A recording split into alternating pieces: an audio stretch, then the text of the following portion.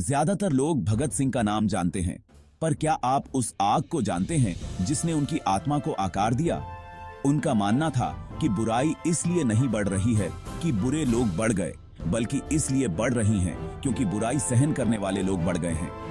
उनके विचार ये थे कि जिंदगी तो अपने दम पर जी जाती है, दूसरों के कंधों पर तो सिर्फ जनाजे उठाए जाते हैं। चलो एक सच्चे क्रांतिकारी की कहानी को अनरिवील करते हैं। भगत सिंह का जन्म 27 सितंबर 1907 को पंजाब के एक छोटे से गांव बंगा गांव में हुआ था, जो अब पाकिस्तान में है।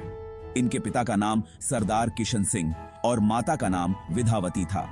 उनका परिवार पहले से ही भारत की आजादी के लिए लड़ रहा था।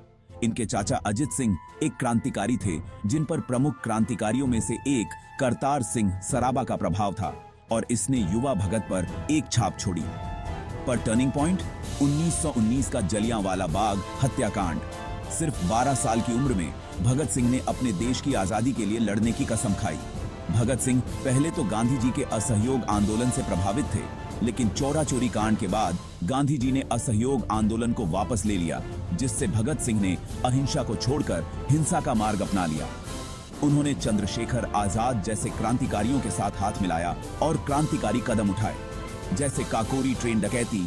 लाला लाजपत राय की मौत का बदला लेने के लिए उन्होंने राजगुरु सुखदेव और चंद्रशेखर आजाद के साथ मिलकर 1928 में लाहौर में एक अंग्रेज अधिकारी सांडरस की हत्या कर दी और बहरी अंग्रेज सरकार को सुनाने के लिए सेंट्रल असेंबली में बम फेंका।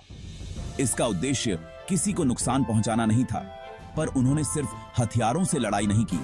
भगत सिंह विचारों की शक्ति में विश्वास करते थे। वो समाजवाद, समानता और वैज्ञानिक सोच के समर्थक थे। इनका नारा इनकलाब जिंदाबाद पूरी क्रांति का नारा बन गया। उन्होंने कुछ किताबें भी लिखी, जैसे मैं नास्तिक क्यों हूं, भारत में क्रांति की आवश्यकता, असेंबली बम कांड का वक्तव्य, जिससे लाखों लोगों को समानता और न्याय का सपना देखने के लिए प्रेरित किया। भगत सिंह, राजगुरु और सुखदेव को लाहौर हत्याकांड में नाम आने की वजह से 23 मार्च 1929 को फांसी दे दी गई और वो अपनी आखिरी सांस तक मुस्कुराते रहे। अगर आप सच्चे हीरोज में विश्वास करते हैं तो और सच्चे हीरोज के लिए लाइक और चैनल को सब्सक्राइब जरूर करें।